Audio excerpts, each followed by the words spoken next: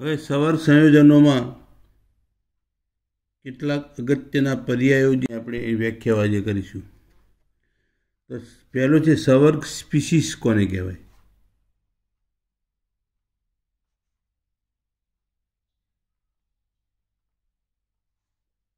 સવર્ગ species. તો આપણે જે સંકીર્ણની વાત કરી કે સંકીર્ણ સંયોજનોમાં એક ધાતુ પરમાણુ હોય જેને આપણે મધ્યસ્થ ધાતુ પરમાણુ કહીએ, અથવા તો આયન સાથે સવર્ગબંધથી જોડાયેલા નિશ્ચિત સંખ્યાના આયનો અથવા અણુઓને સવર્ગની સ્પીસીસ કહેવાય.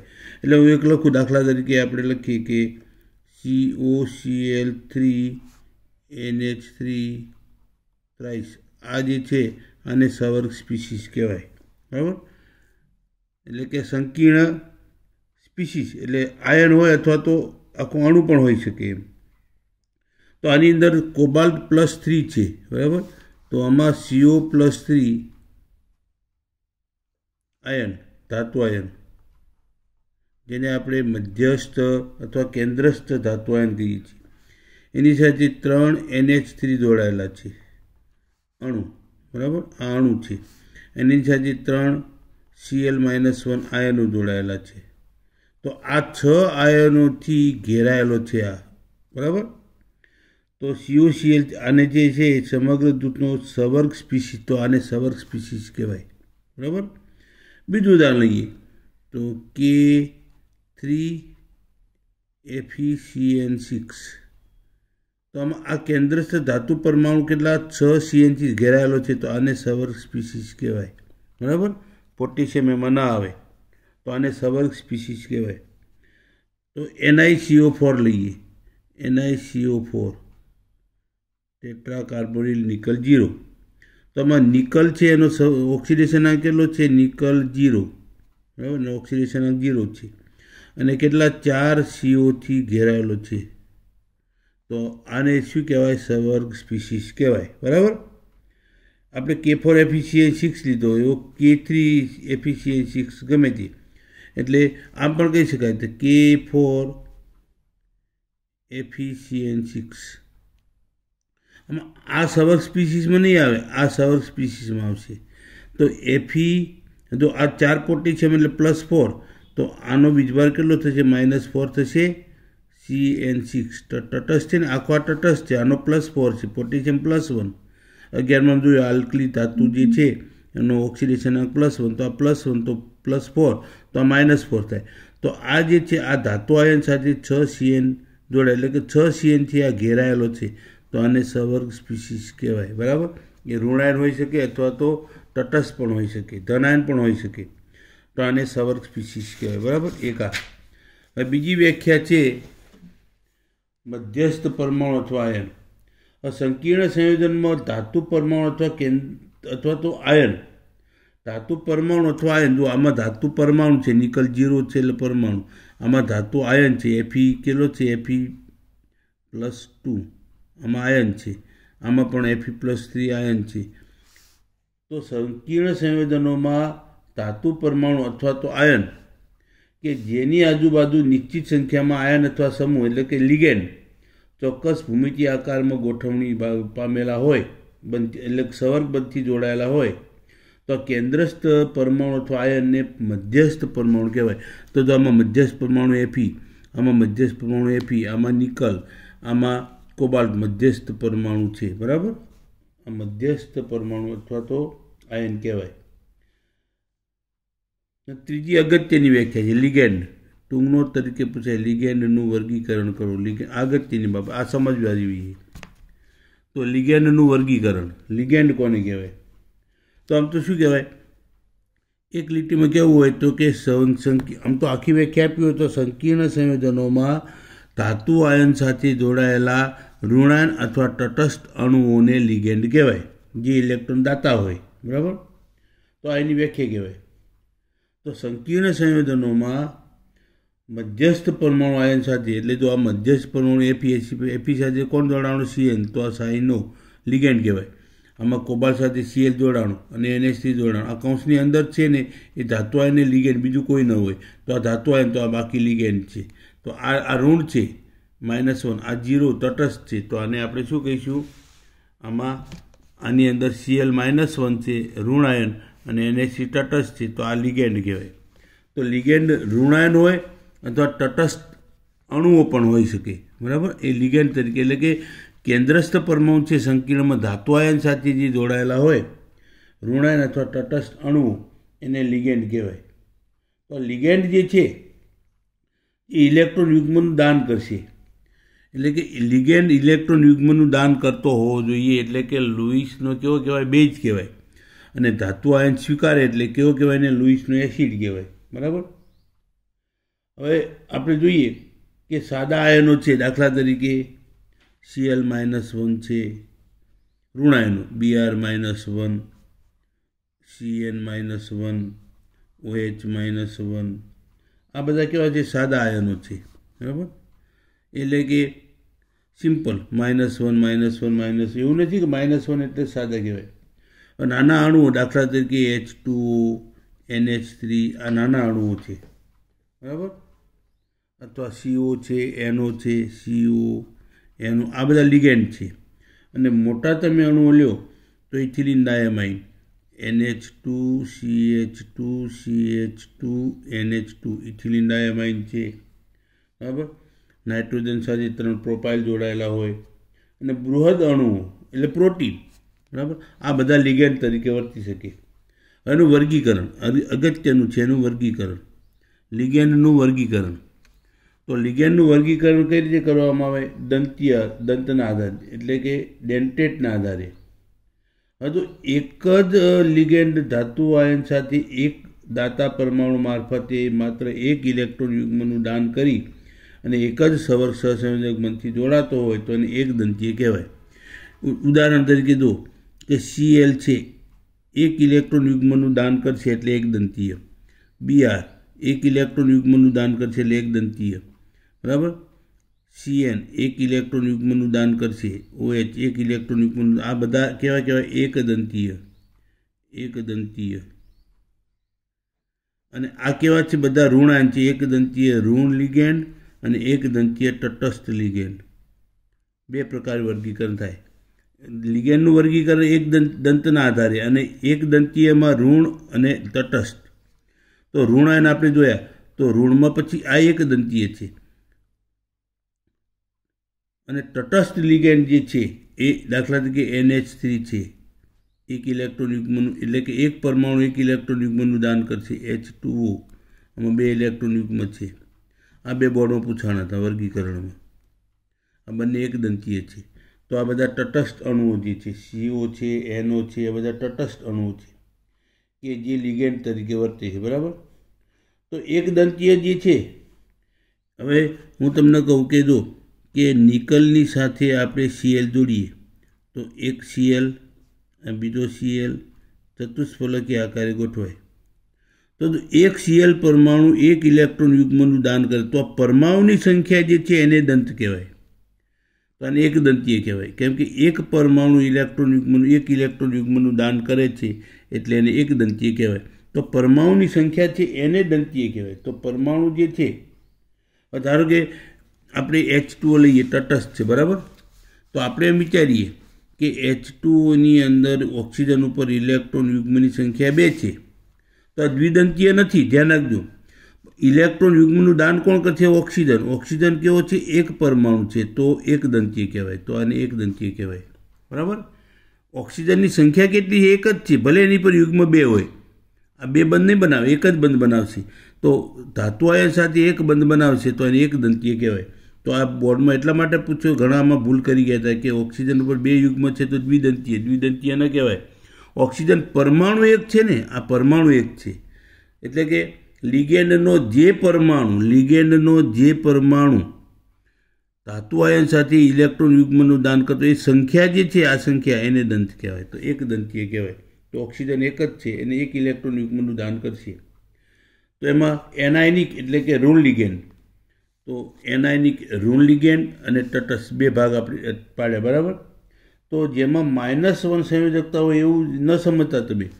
જો Cl-1 તો N-3, તો -3 છે એટલે ત્રિદંતીય ન સમજતા, પણ નાઇટ્રોજન પરમાણુ તો એક જ છે ને, पर एक ज परमाणु इलेक्ट्रॉन युग्मનું દાન કરશે એટલે એક દંતીય ઋણ છે, માઇનસ નિશાની છે ઉપર, NO2 એક દંતીય ઋણ, OH એક દંતીય ઋણ, બરાબર સમજાઈ ગયું. એ જ પ્રમાણે એસેટિક એસિડ CH3COO એક જ ઓક્સિજન ઇલેક્ટ્રોન યુગ્મનું દાન કરશે, બરાબર. ઓક્સિજન -2, બરાબર, S-2, N-3 આ બધા એક દંતીય ઋણ છે ને, ઋણ વીજભાર છે એટલે ઋણ લિગેન્ડ. અને એક દંતીય તટસ્થ તો H2O, CO એનો મેં આપ્યા તમને. મિથાઇલ એમાઇન, જો મિથાઇલ એમાઇન આમાં નાઇટ્રોજન ઉપર નોન બોન્ડિંગ ઇલેક્ટ્રોન પેર છે આપશે એટલે એક દંતીય તટસ્થ. આનો વીજભાર કેટલો 0 છે એટલે તટસ્થ લિગેન્ડ કહેવાય. તો આવા લિગેન્ડ ધાતુ આયનની માત્ર એક દ્વિતીય સંયોજકતાને એટલે કે એક સંયોજકતાને જ સંતોષે એટલે એને એક દંતીય કહેવાય.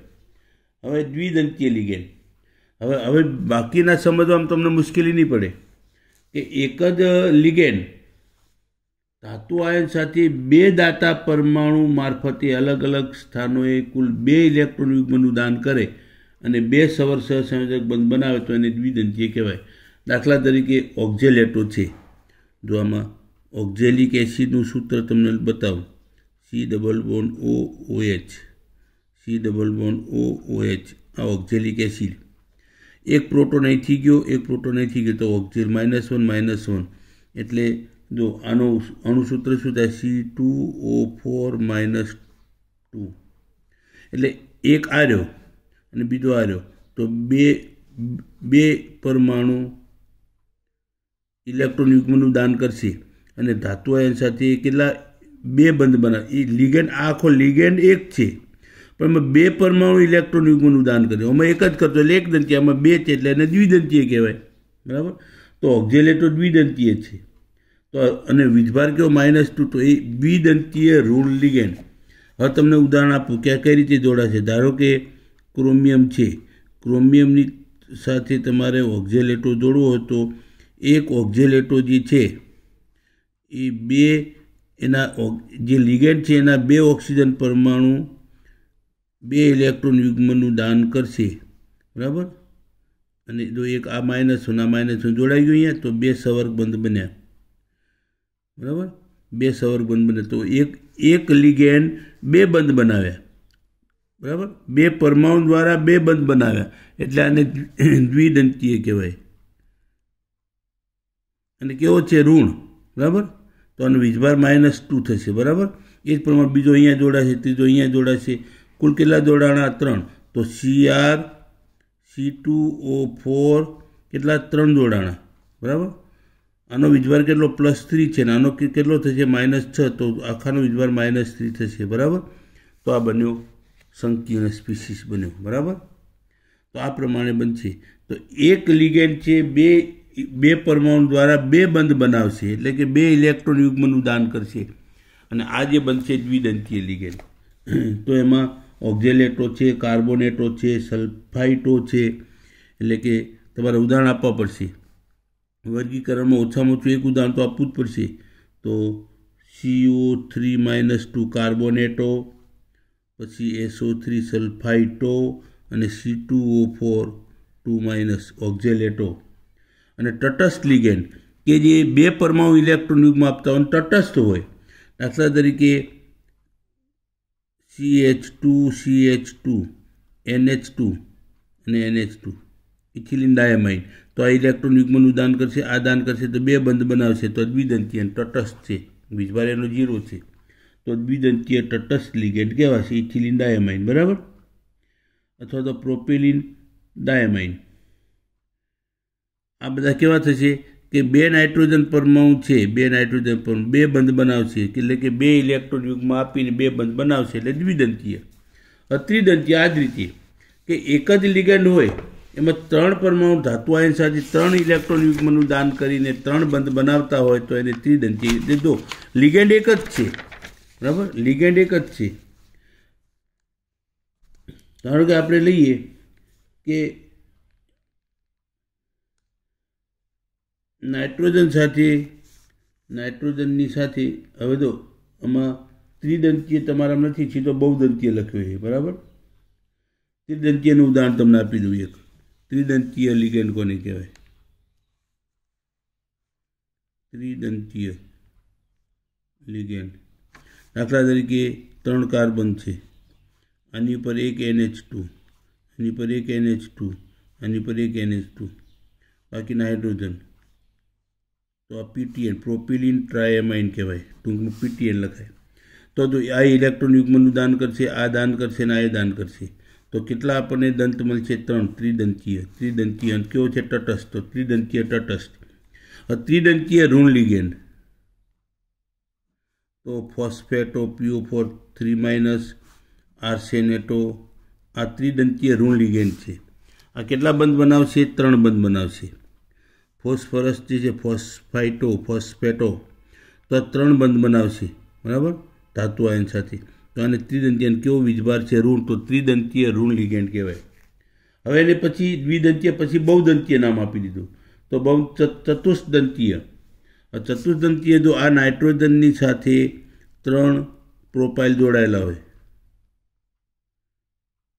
અથવા તો ઇથાઇલ હોય અને પછી NH2, બરાબર, CH2 CH2 NH2, પછી CH2 CH2 NH2.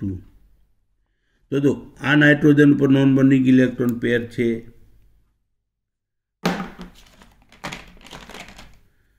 જો આની ઉપર નોન બર્નિંગ ઇલેક્ટ્રોન પેર છે એટલે એક દંત, આ બીજો દંત, આ ત્રીજો દંત અને નાઇટ્રોજન ઉપર નોન બર્નિંગ ઇલેક્ટ્રોન પેર છે. તો 4 દંત થઈ ગયા.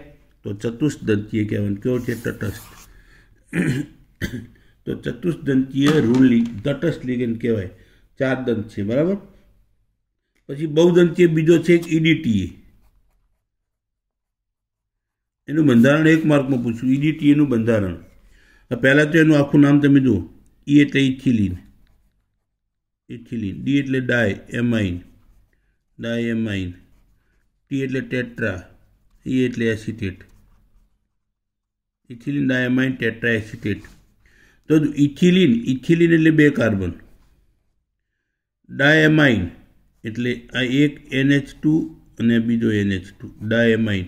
ટેટ્રા એસિટેટ તો CH2COO, CH2COO 2, CH2COO આ ત્રીજો અને CH2COO આ ચોથો. ટેટ્રા એસિટેટ થઈ ગયા. અને આમાં હાઇડ્રોજન કેટલા આવશે? 2 અને અહીંયા 2. થઈ ગયું બંધારણ. તો આમાં દંત કેટલા? તો જો આ એક અલગ કલરથી તમને બતાવું કે આમાં ઓક્સિજન જે છે, ઓક્સિજન આ ઇલેક્ટ્રોન યુગ્મનું દાન કરશે 1, આ બીજો પરમાણુ આ દાન કરશે, આ ત્રીજો પરમાણુ છે એ દાન કરશે, આ ચોથો પરમાણુ દાન કરશે 4. પછી આમાં નાઇટ્રોજન પર નોન બર્નિંગ ઇલેક્ટ્રોન પેર છે 5 અને 6. તો વીજભાર કેટલો થશે આનો? -4. 1 2 3 4. આ તટસ્થ છે. તો 2 તટસ્થ ને 4 ઋણ. દંત કેટલા? 6. એટલે બહુદંતીય કહેવાય. તો EDTA બહુદંતીય છે, બરાબર. પછી કઈ રીતે જોડાય ધાતુ આયન સાથે તમને ઉદાહરણ આપીશ, બરાબર. પ્લેટિનમ સાથે આપણે જોડીને તમને ઉદાહરણ શીખવાડીશું, બરાબર. કુલ 6 ઇલેક્ટ્રોન યુગ્મ દાતા. એટલે જો ઇલેક્ટ્રોન યુગ્મ દાતા પરમાણુ કેટલા? 6. 1 2 3 4 5 6 એટલે 6 દંતીય, બરાબર. પરમાણુની સંખ્યા ગણાશે. જે દંતીય આપણે ગણી, દંત ગણી છે ડેન્ટેટ, એમાં પરમાણુની સંખ્યા, એક પરમાણુ એક ઇલેક્ટ્રોન યુગ્મ આપે તો એક દંતીય, પણ એક જ લિગેન્ડમાં 2 પરમાણુ ઇલેક્ટ્રોન યુગ્મ આપીને 2 બંધ બનાવે તો દ્વિદંતીય. એક જ લિગેન્ડની, આ લિગેન્ડ આખો એક જ છે, એમાં 6 પરમાણુઓ ઇલેક્ટ્રોન યુગ્મ આપીને 6 બંધ બનાવે એટલે 6 દંતીય, બરાબર. એટલે એક જ લિગેન્ડમાં જેટલા પરમાણુ ઇલેક્ટ્રોન દાતા હોય, એટલે કે ઇલેક્ટ્રોન યુગ્મ આપીને સવર્ગ બંધ બનાવતા હોય ધાતુ આયન સાથે, એને દંત કહેવાય. તો આને સદદંતીય કહેવાય. હવે કિલેટ લિગેન્ડ. કિલેટ કોને કહેવાય? હવે કિલેટ તમને સાદું ઉદાહરણ આપું તો મેં તમને એક ઓક્ઝિલેટો અથવા તો ઇથિલિન ડાયમાઇન, ધારો કે આપણે કોબાલ્ટ લઈએ, કોબાલ્ટની સાથે આપણે ધારો કે ઇથિલિન ડાયમાઇન જોડીએ, બરાબર. ઇથિલિન ડાયમાઇન તો NH2 નાઇટ્રોજન ઇલેક્ટ્રોન યુગ્મ દાતા છે એટલે CH2 NH2, બરાબર. ઇથિલિન ડાયમાઇન આપણે આગળ લખ્યો હતો ને, ઇથિલિન ડાયમાઇન દ્વિદંતીય લિગેન્ડ. પછી અહીંયા આપણે NH2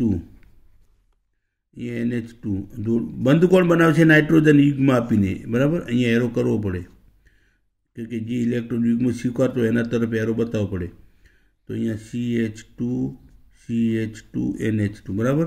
એ જ પ્રમાણે અહીંયા ત્રીજો લિગેન્ડ જોડાશે, NH2 નાઇટ્રોજન જોડાશે, CH2 અને NH2 ત્રણ લિગેન્ડ જોડાણા બરાબર. આનો ઓક્સિડેશન અંક +3 છે, આ બધા આનો 0, તો આખાનો વીજભાર કેટલો +3 થશે. આ રીતે કાટખૂણો કરીને ઉપર +3 લખાય. તો હવે આમાં આપણે શું શબ્દ કિલેટ. તો કિલેટ લિગેન્ડ કોને કહેવાય? તો આ જે છે આ ઇથિલિન ડાયામાઇન જે છે એને કેવું ચક્રીય એટલે કે ચક્રીય બંધારણ બનાવ્યું. આ ચક્રીય બંધારણ. તો આ જે ચક્રીય બંધારણ જે લિગેન્ડ બનાવતા હોય બરાબર એને કિલેટ લિગેન્ડ કહેવાય.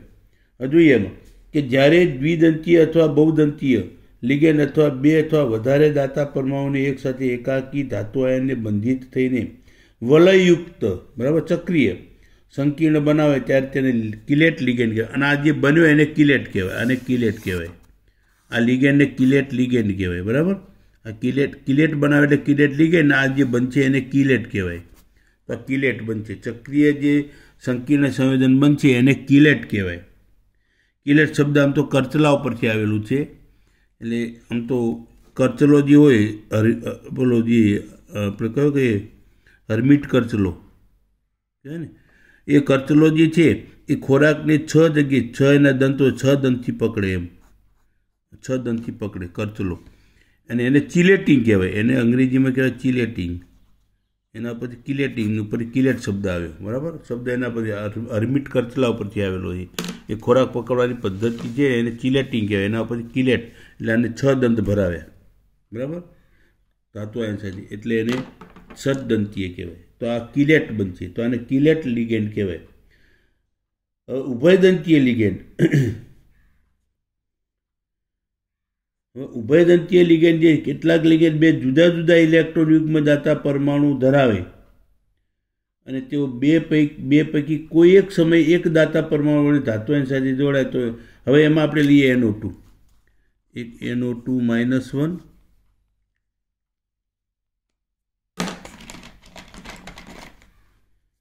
અને બીજો છે HCN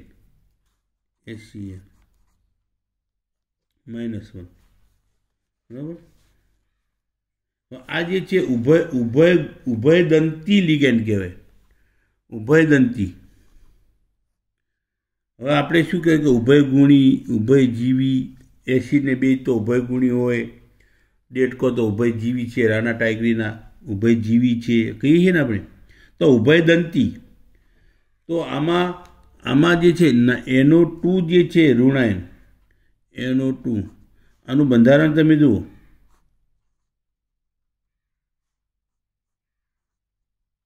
આનું બંધારણ છે બરાબર. તો આની અંદર ઇલેક્ટ્રોન યુગ્મ દાતા કોણ છે? તો એક નાઇટ્રોજન છે.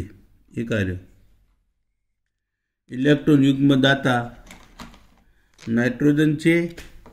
એ કાર્ય ઇલેક્ટ્રોન દાતા અને બીજો ઓક્સિજન પણ છે બરાબર. આની આપશે.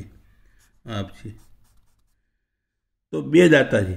તો જો ધાતુ આયન જે છે ધાતુ આયન એની સાથે નાઇટ્રોજન જોડાય NO2 જોડાય, અથવા તો ધાતુ આયન સાથે ONO જોડાય બરાબર. એટલે કે ઓક્સિજન બંધ બનાવશે ધાતુ આયન સાથે અથવા નાઇટ્રોજન બનાવશે. તો આને ઉભયદંતી કહેવાય. એટલે બે અલગ અલગ સંકીર્ણ મળશે આપણને. કા ઓક્સિજન નાઇટ્રોજન જોડાશે એટલે કે ઇલેક્ટ્રોન યુગ્મનું દાન કાં તો નાઇટ્રોજન આપશે અથવા તો ઓક્સિજન આપશે બરાબર આ ધાતુ આયન સાથે. તો આને ઉભયદંતી કહેવાય. એ જ પ્રમાણે HCNની અંદર બે દાતા છે. આમાંય બે દાતાઓ છે બરાબર. તો ધાતુ આયન એટલે મેટલ, એની સાથે જો સલ્ફર ઇલેક્ટ્રોન યુગ્મ આપતો હોય તો HCN જોડાશે આ રીતે બરાબર. અને જો નાઇટ્રોજન ઇલેક્ટ્રોન યુગ્મ આપતો હોય તો NCS લખાશે બરાબર. તો આમાં સલ્ફરે ઇલેક્ટ્રોન યુગ્મનું દાન કર્યું અને આમાં નાઇટ્રોજને કર્યું. તો એક જ લિગેન્ડમાં બે જુદા જુદા પરમાણુ લિગેન્ડ એટલે કે ઇલેક્ટ્રોન યુગ્મ આપી અને ધાતુ આયન સાથે જોડાતા હોય. આમાં સલ્ફર જોડાણું, આમાં નાઇટ્રોજન જોડાણું. તો આ લિગેન્ડ છે ને કહેવાય ઉભયદંતી કહેવાય. આમાં નાઇટ્રોજન જોડાણું અને આમાં ઓક્સિજન જોડાણું. એનું નામ પણ બદલાઈ જશે ગુણધર્મો બદલાઈ જશે. તો આ એક જ લિગેન્ડ છે પણ બે રીતે જોડાશે, કેમ કે એમાં ઇલેક્ટ્રોન દાતા બે પરમાણુ છે. તો એને કેવો કહેવાશે? એને આપણે કહીશું ઉભયદંતી લિગેન્ડ કહેવાશે. બરાબર. તો આ લિગેન્ડનું વર્ગીકરણ આપણું અહીંયા પૂરું થયું. બરાબર.